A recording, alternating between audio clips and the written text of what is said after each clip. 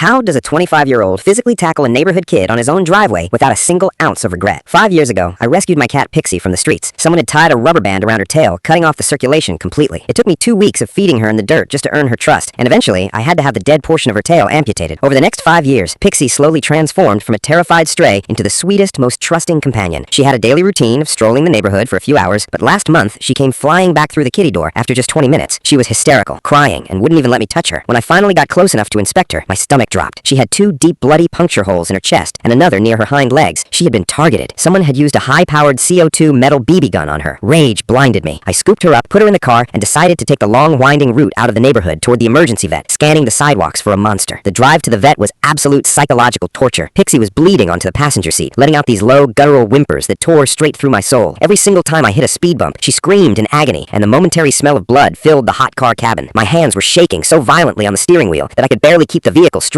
I kept looking at her in the rearview mirror, watching her chest heaving, completely consumed by an unhinged, burning hatred for whoever did this. I was actively praying to see someone holding a weapon. I wanted a target. I wanted to look the monster in the eye and make them feel the exact same terror they inflicted on a completely defenseless 7-pound animal that had already survived a lifetime of abuse. By the time I turned down the final residential street, the adrenaline running through my veins had completely overwritten my logical brain. And there he was, a kid standing at the edge of his driveway on a scooter, holding a rifle-style BB gun, aiming it directly down into the drainage ditch where local cats always hide. He was actively hunting. I slammed my car into park, stepped out into the afternoon heat, and walked straight up to him. I looked him in the eye and told him I was calling the police and telling his parents he was shooting innocent pets. He didn't even flinch. He just looked up at me with a smug, arrogant grin and said, "They're just pests. My parents told me I could kill them." That smirk shattered my restraint. 13 years of being an adult vanished in a fraction of a second. Before he could even register the movement, I struck. I caught him right across the face with an open palm, and in the same fluid motion, swept his legs clean out from under him. He hit the pavement flat on his back, the wind completely knocked out of him. I didn't stop there. I snatched the weapon out of his hands, lifted it above my head, and shattered it into pieces against the concrete driveway. The plastic stock splintered into a dozen shards, and a pressurized CO2 cartridge hissed violently as it broke loose, shooting a cloud of ice-cold vapor across the pavement. He was flat on his back, gasping for air, his face twisted in absolute shock as he looked up at me. A dark, primal part of my brain wanted to keep going, to drop a heavy stomach kick right into his ribs, just to guarantee he felt a fraction of the physical agony he had inflicted on my bleeding cat. I was completely unhinged, standing over him with my chest heaving, listening to the metal fragments of his broken gun roll into the gutter. But the sudden sound of a neighbor's screen door slamming in the distance snapped me out of the adrenaline tunnel. I realized I was 25 years old, looked both ways down the empty asphalt street, and bolted straight back to my idling car. As I hopped into the driver's seat and sped away toward the clinic, the absolute silence of the afternoon was pierced by his frantic, high-pitched shrieking. Pixie was treated by the vet, and thankfully she is going to be okay, even if she's a little more skittish around the windows now. I never heard a word from his parents or the local police, and the kid hasn't been seen outside with a weapon since. I know what I did was extreme, and I know an adult should never lay a hand on a kid, but if you think I feel a single ounce of regret for breaking that weapon and defending my helpless pet, you're completely wrong.